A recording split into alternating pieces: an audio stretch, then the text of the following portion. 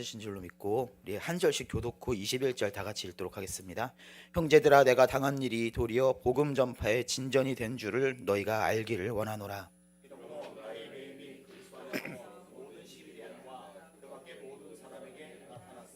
형제 중 다수가 나의 매임으로 말미암아 주 안에서 신뢰함으로 겁없이 하나님의 말씀을 더욱 담대히 전하게 되었느니라.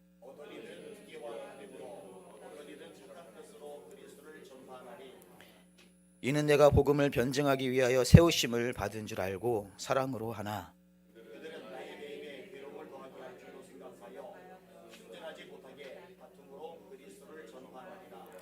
그러면 무엇이냐? 거칠애로 하나 참으로 하나 무슨 방도로 하든지 전파되는 것은 그리스도니 이로써 나는 기뻐하고 또한 기뻐하리라.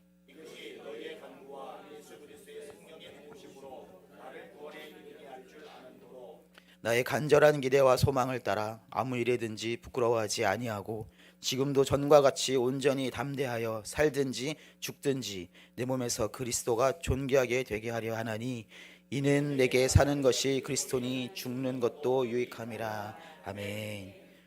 오늘 함께 빌립보서 1장의 말씀을 가지고 기대와 소망을 따르는 삶이라는 제목으로 함께 말씀을 나누려고 합니다. 영국의 시인인 윌리엄 워즈워스라는 사람이 있습니다. 이 사람이 이런 말을 했습니다. 나쁜 날씨는 없다. 옷을 잘못 입었을 뿐이다. 네. 네. 네. 영국 사람들은 산책하는 것을 좋아하는 것 같습니다. 그래서 사유지인 땅에서 공공 산책로로 지정이 되면 문을 개방하고 사람들이 지나다닐 수 있게 하는 것이 영국 사람들의 암묵적인 약속이라고 합니다. 그런데 아마도 아시는 분들은 아시겠지만 영국은 흐린 날이 맑은 날보다 더 많은 나라입니다. 해가 쨍하게 나서 산책을 하기 좋은 날씨인 때가 생각보다 많지 않은 그런 나라인 것이죠.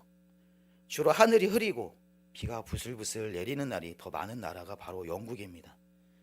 그렇다면 이 영국 사람들은 산책을 하기 위해 무엇을 준비하고 산책을 하는 것일까요? 아마도 비로부터 옷이 젖지 않도록 비옷을 준비하거나 우산을 항상 가지고 다닐 것입니다. 이것이 산책을 하다가 비를 만났을 때 계속해서 산책을 하는 방법인 것이죠. 오늘 본문의 바울 사도는 복음을 전하는 전도 여행 중에 복음을 전하기 어려운 상황에 마주한 것 같습니다. 오늘 본문인 빌립보서 1장 12절과 13절 말씀입니다. 우리 함께 다 같이 읽어보도록 하겠습니다. 함께 읽겠습니다. 시작.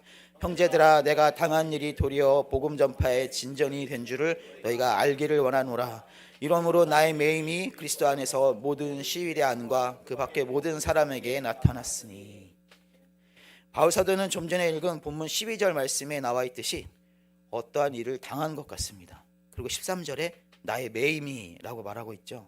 다시 말해서 감옥에 갇힌 자신의 상황을 편지로 함께 동역하는 그리스도인들에게 전하는 것 같습니다. 하나님과 예수 그리스도의 부르심을 따라 그리고 인도하심을 따라 발걸음을 옮기며 그렇게 계속 앞으로 나아갑니다. 어떤 곳에서는 짧은 기간을 머물며 복음을 전하고 또 어떤 곳에서는 긴 시간을 머물면서 복음을 가르치고 전하며 어떻게 복음을 살아내야 하는지를 가르쳤습니다. 이런 바울 사도에게 감옥에 갇히는 일들이 한 번이 아닌 여러 번을 겪습니다. 만약 제가 하나님과 예수 그리스도의 그 부르시고 인도하심을 따라 복음을 전하는데 계속해서 이런 어려움이 생기고 또 복음을 전하고 교회를 세워나가는데 나를 거부하고 못 오도록 막는다고 한다면 저라면 어땠을까 하고 생각을 해봤습니다. 저는 복음을 전하는 것을 다시 생각해 보았을지도 모르겠습니다. 정말로 제가 잘할 수 있을까요? 하고 의문을 가졌을지도 모르는 일이죠. 낙담했을지도 모릅니다. 하지만 바울 사도는 저와 같지 않았습니다. 오히려 기뻐했다고 말하고 있습니다. 오늘 본문 18절 말씀을 우리 한 번 더 읽어보도록 하겠습니다. 함께 읽겠습니다. 시작. 그러면 무엇이냐? 거칠애로 하나 참으로 하나 무슨 방도라든지 전파되는 것은 그리스도니 이로써 나는 기뻐하고 또한 기뻐하리라. 아멘. 우리는 보통 빌립보서를 기쁨의 서신이라 부릅니다. 그 이유는 이 빌립보서의 기쁨이라는 단어가 많이 언급되고 있기 때문이죠. 하지만 이 빌립보서가 쓰여질 당시에 바울 사도의 상황은 기쁨이 있었던 상황은 아니었던 것이죠. 다 알고 계시지 말이죠. 분명히 바울 사도는 많은 생각들을 했을 것입니다. 몸은 수고스럽고 또 먼 길을 계속해서 걸어 다니면서 많이 피곤했을 것입니다. 그렇게 지쳐있는 상태에서 우리는 보통 부정적인 생각들과 감정들이 먼저 떠오르는 경우가 많습니다. 아마도 저라면 이런 생각이 먼저 들었을 것 같습니다. 내가 왜 이렇게까지 해야 하지? 그런데 바울 사도는 하나님과 동행하려 애를 쓴 사람이었던 것 같습니다. 하나님께 뜻을 여쭈며 계속해서 인도하심을 구하며 나아갔던 그런 신실한 사람이었던 것이죠. 복음을 전하는데 감옥에 갇혀 더 이상 복음을 전할 수 없는 상황에서 바울 사도는 절망하지 않았습니다.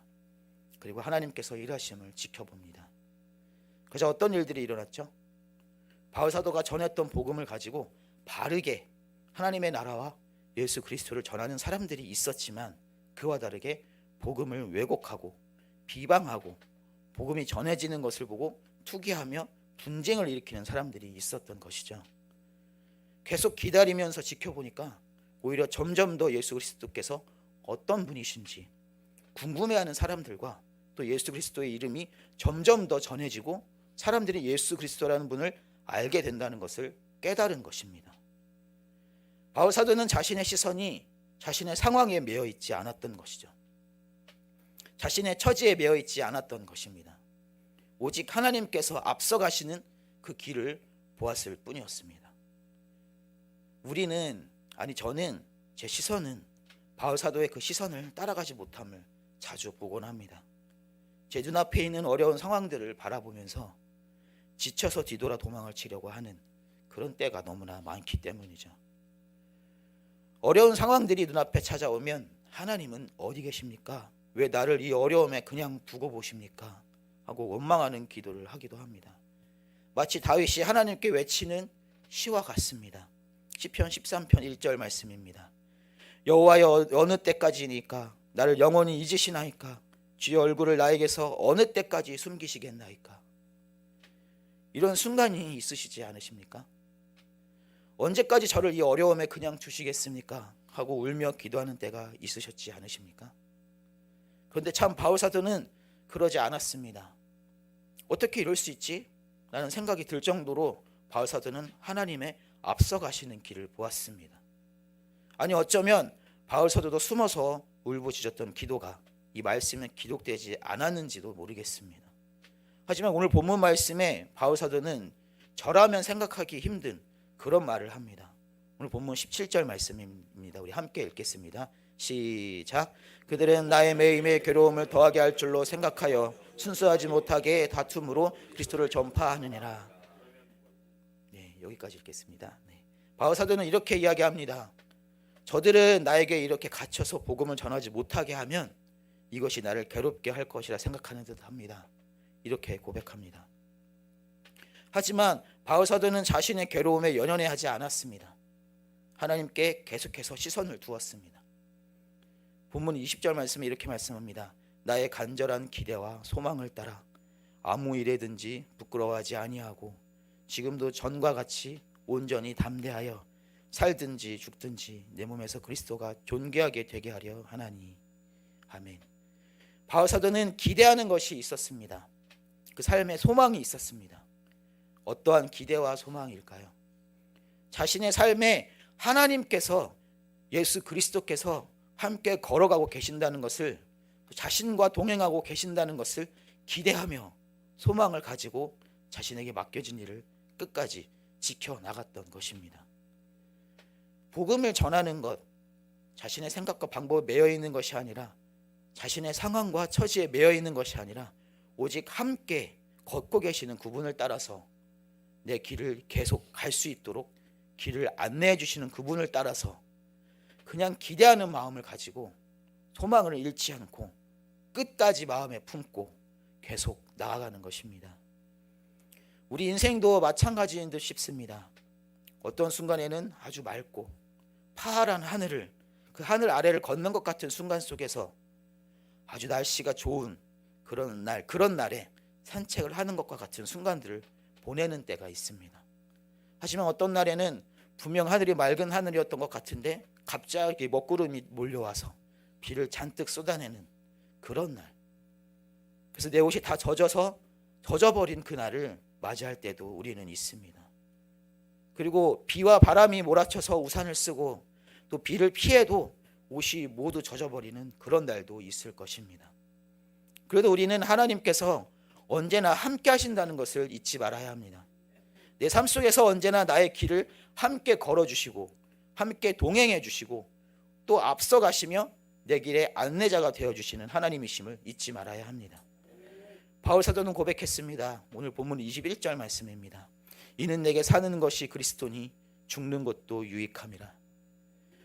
어떠한 모습도 내가 초라하게 느껴지는 그 순간도, 내가 모멸감을 느끼는 순간에도 하나님이 함께 하시면 우리에게는 어려움이 아닙니다. 한 번은 제가 이런 이야기를 들은 적이 있습니다.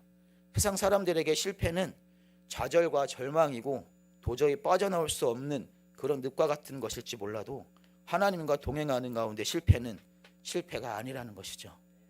아무리 밑바닥으로 떨어지고 또 떨어지고 계속 떨어지는 것 같아도 하나님께서 내미신 그 손 위에 있으면 우리는 절대로 하나님의 손 밑으로의 밑바닥으로 떨어질 수는 없습니다.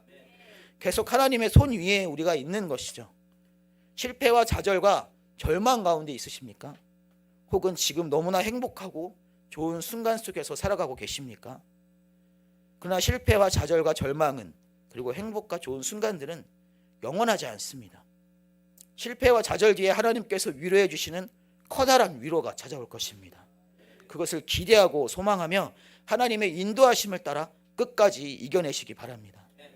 지금 내 삶이 행복하고 좋은 순간들에 있으십니까? 그렇다면 하나님께서 주신 행복에 감사하시기 바랍니다. 그리고 실패와 좌절과 절망이 찾아와도 끝까지 하나님께서 인도하신다는 믿음, 하나님을 향한 신뢰를 굳건히 하시기 바랍니다. 하나님께서 우리에게 바라시는 것은 이것입니다. 그래서 바울 사도는 21절 말씀에서처럼 고백할 수 있는 것이죠.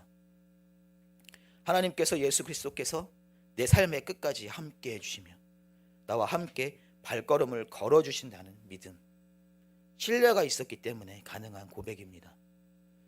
전 여기 계신 분들 모두 이런 고백을 하실 수 있는 모든 성도님들 되시기를 바랍니다. 이런 고백은 목회자들만 해야 하는 고백이 아닙니다. 하나님께서 동행하시고 함께 걸으시는 그 하나님의 모든 사람들, 모든 거룩한 무리들을 향한 하나님의 기대입니다. 함께 고백하시기를 원합니다.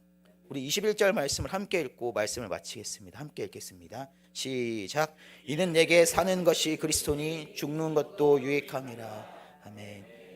죽어야 한다, 꼭 죽어야 한다는 말이 아닙니다. 이런 고백을 가지고 담대하게 살아가는 것입니다.